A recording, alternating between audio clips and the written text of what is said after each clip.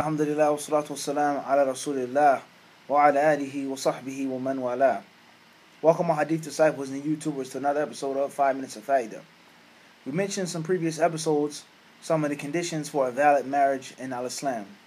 In order for marriage to be valid, to be correct, to be pleasing to Allah subhanahu wa ta'ala, and to be accepted in the Sharia Islamiyah, in the Islamic set of laws, or the Islamic legislation, or Islamic legislature. And what we want to talk about today, bi-idhnillah subhanahu wa ta'ala, go a little more deep, just add a little fine tuning, inshallah subhanahu wa ta'ala, to another concept of conditions in marriage, or something that is considered to be obligatory and mandatory, according to some of the scholars, in marriage.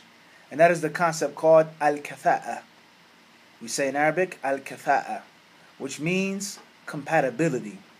In other words, there are two people, a man and a woman, and they are similar to each other, either equal or at least similar.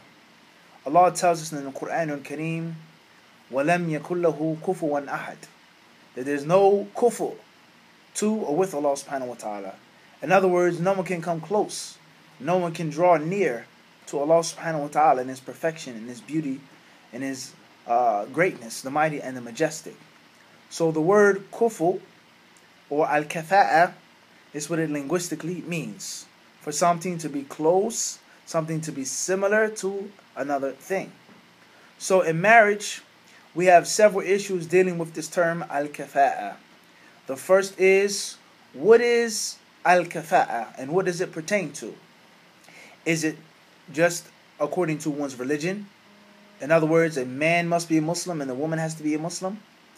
Is it pertaining to al-khuluq, character? Is a pious brother, he can only marry a pious sister. If a wicked man asks for the hand of marriage of a righteous sister, is that valid? Is that invalid? Is al-kafa'a, or does al-kafa'a pertain to a nasab, one's genealogy, one's lineage? This person is quote-unquote high-born and this one is low-born. This man is from America, this woman is from Saudi Arabia, for example. She's Arabian, he's non-Arabian, okay? He comes from this tribe in Africa, and the woman, she's from the Fulani tribe, so on and so forth.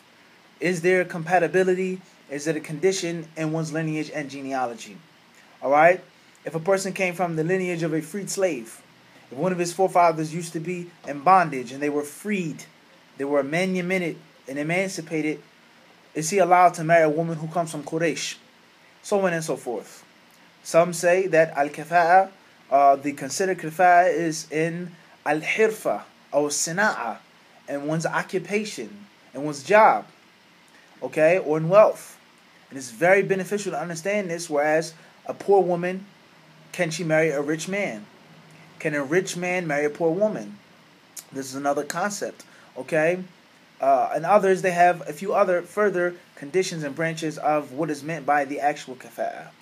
The next step or stage in understanding this concept is the kafa'a considered to be a shart, a prerequisite, a condition of marriage being valid? Or is it something that is wajib, just obligatory?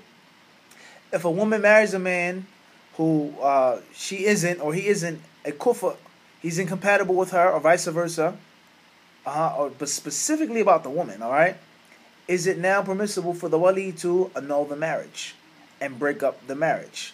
That is also another concept and benefit of learning the khilaf, the difference of opinion with regards to compatibility in marriage. Now, as we said before in brief, there are many different views of the people of knowledge. From the time of the pious predecessors, to the 4 imams, up to the ulama who came after them to this current day, in which they differ on what is al-kafa'a, what is the considered kafa'a, and it is a condition, is it an obligation, is it recommended, is it something that is best to do? And some ulama, they hold the opinion that al-kafa'a is obligatory, and it's something that must be performed, it must be present in the marital contract, but what is meant by kafa'a are two things and two things only. And they say first is religion, and second is al-khuluq, is character. And if you say that there are things other than religion and character that are to be considered in one's marital contract, then this opens up the door for racial prejudice, or racism and prejudice. and it opens up the door for tribalism, and it opens up the door for a person or man to prevent the woman he's in charge of for getting married because of quote-unquote al-kafa'a. There are different views. There's not agreed upon by the ulama, but we say in a brief summary and conclusion, some of the muhaqqiqeen, some of the expert scholars say that what's meant by al-kafa'a, two things and two things only: Islam and piety and practice of the religion. Allah subhanahu wa ta'ala knows best. Until the next episode of 5 Minutes of Faida, Assalamu alaikum wa rahmatullahi wa barakatuh.